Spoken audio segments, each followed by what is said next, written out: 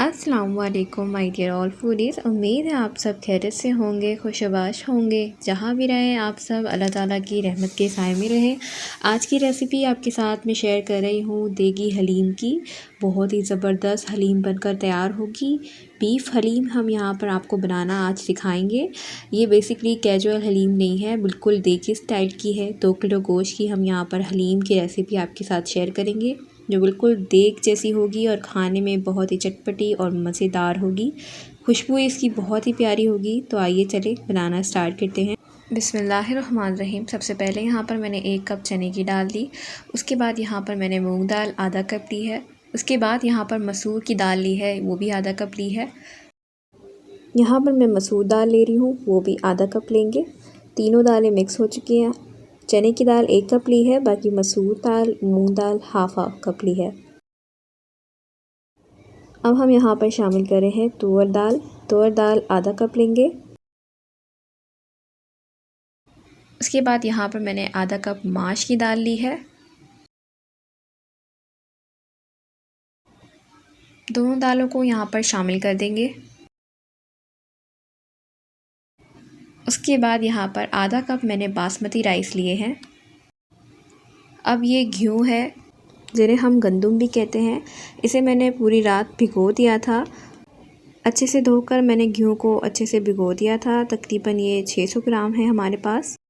अब ये दालें बहुत अच्छे से आपने वॉश कर लेनी है, साफ़ सुथरी कर पानी में डाल देनी है, क्योंकि अब हमने गेहूँ और दालों को एक साथ पकाना है। पानी दालों से ऊपर होना चाहिए कि आपकी दालें पूरी नीचे बैठ जाएं, और पानी काफ़ी अच्छे से होना चाहिए कि आपका गंदुम अच्छे से इसमें गल जाए। अब हम यहाँ पर नमक और हल्दी शामिल करेंगे।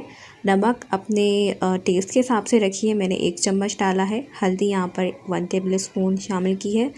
इसको मिक्स करेंगे और एक बॉयल देंगे, यानी एक जोश खिलाएंगे। उसके बाद मैं इसको कवर कर दूंगी 50 मिनट के लिए, जब तक गंदुम हमारे कम्प्लीटली सॉफ्ट नहीं हो जाते। दूसरी तरफ हम हलीम का कोरमा तैयार कर लेते हैं। 1 कप मैंने यहाँ पर तेल लिया है। हलीम में अच्छा सा कोरमा बनाने के लिए तेल हम यहाँ पे 1 कप का इस्तेमाल करेंगे।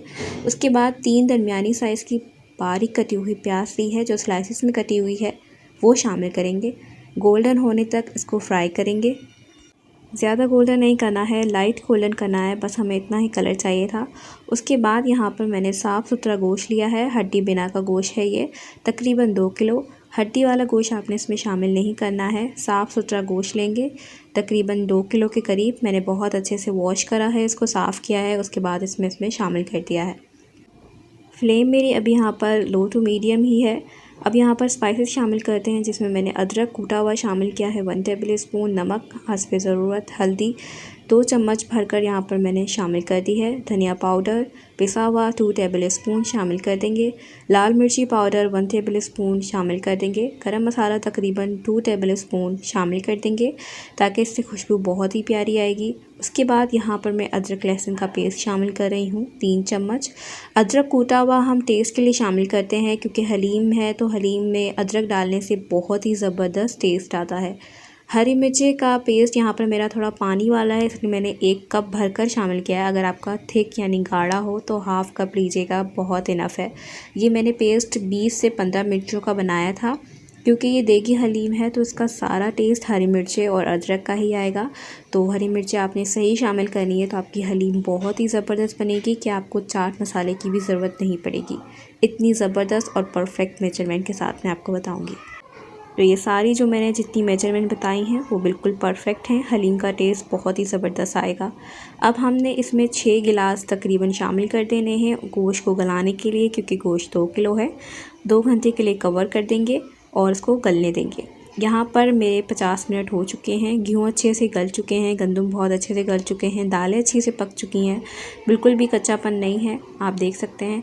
तो यहाँ पर हमारा एक काम तो डन हो ही चुका है। अब हम इसे ग्राइंड कर लेंगे। हमारे गंदुम और दालें जो हमने पकाई थी उसे हम बारीक पीस लेंगे, बिल्कुल बारीक, ज़रा सा भी आपका गेहूँ साबुत नहीं रहना चाहिए। दूसरी तरफ यहाँ पर 2 घंटे हो चुके हैं। हमारे गोश्त को जो हमने गलने के लिए रखा था, कोरमा जो हमारा बन रहा है माशाल्लाह, वो उसे 2 घंटे हो गए। गोश्त को आपने बहुत ही सॉफ्ट कर लेना है, बिल्कुल गला लेना है।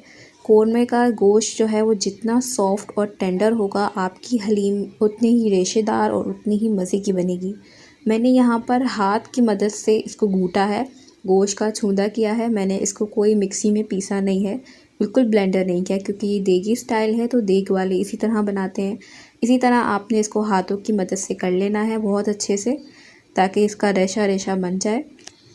यहाँ पे मैंने सिर्फ गोश्त ही लिया है, रस तो अलग ही था, बस गोश्त का ही आपने छूंदा कर लेना है, बिल्कुल बारीक, ज़रा सी कोई बोटी रहनी नहीं चाहिए। उसके बाद जो हमने यहाँ पर गंदम और दालें पीसी थी, उसमें हम हमारा कोरमा जो हमने तैयार किया है गोश्त समेत शामिल कर देंगे। गोश्त भी हमारा यहाँ पर अच्छे से रेशा हो चुका है गोश्त का भी, और गोश्त बहुत ज़्यादा सॉफ़्ट था, तो बहुत ही आसानी से 10 से 12 मिनट में हमारा ये काम हो गया था। गोश्त अच्छे से छूंदा हो गया था बहुत ही आसानी से, और उसका जायका भी आएगा हलीम में। और यहाँ पे अब मैं कोरमे का रस जो है, हमारा ग्रेवी जो थी वो शामिल कर रही हूँ। सारी जितनी भी है वो मैं सारी इसमें शामिल कर दूँगी।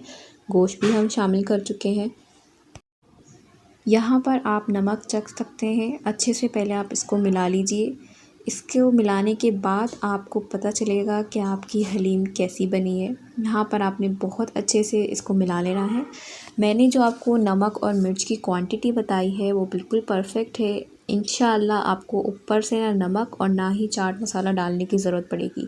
बाहर जैसी हलीम जैसे हम खाते हैं, जिसमें हमें ना मसालों की ज़रूरत पड़ती है ना कोई एक्स्ट्रा स्पाइसेस, हम ऐसे ही खा जाते हैं, ये हलीम बिल्कुल वैसी ही बनी। आपको उसके कलर से पता चल रहा होगा। और यहाँ पर मैंने गरम मसाला 2 चम्मच शामिल किया था, इसकी वजह से हलीम में बहुत ज़बरदस्त खुशबू आई थी। गरम मसाले में सब कुछ था, लौंग, बड़ी इलायची, दालचीनी, काली मिर्चें, सारे स्पाइसेस जो होते हैं वो ज़ीरा वगैरह सब कुछ इसमें मैंने शामिल करके पीसा था और इसमें शामिल किया है। यहाँ पर मैं एक और बार इसको बहुत अच्छे से गोल गोल घुमा कर मिक्स कर रही हूँ, ताकि हमारी हलीम बहुत अच्छे से मिक्स हो जाए। इसलिए मैंने एक और बार इसको बहुत अच्छे से घुमाया, और ये देखिए माशाल्लाह कितनी रेशेदार हलीम बनकर तैयार हुई है। बहुत ही गाढ़ी गाढ़ी और बहुत ही मज़े की बनकर ये हलीम तैयार हुई है। सबसे बड़ी बात, इसका कलर बहुत प्यारा आया है, इसका टेस्ट बहुत प्यारा है। यहाँ पर आप अपनी मर्ज़ी से पानी शामिल कर कर इसको पतला या गाढ़ा, जैसा आप हलीम खाना पसंद करते हैं, कर सकते हैं। उम्मीद है आपको आज की हलीम की रेसिपी पसंद आई होगी। इस रेसिपी को आप मेरी क्वांटिटी के हिसाब से बनाएंगे, ट्राई करेंगे, तो आपको हलीम बिल्कुल बाज़ार जैसी आपकी हलीम बनकर तैयार होगी। वीडियो अच्छी लगी हो, चैनल अच्छा लगा हो तो प्लीज़ चैनल को सब्सक्राइब किए बगैर मत जाइएगा। कमेंट करके अपना फ़ीडबैक ज़रूर शेयर कीजिएगा और वीडियो को लाइक ज़रूर कर दीजिएगा। तो वीडियो होती है यहाँ पर एंड। अपना बहुत सारा ख्याल रखें। अल्लाह हाफ़िज़।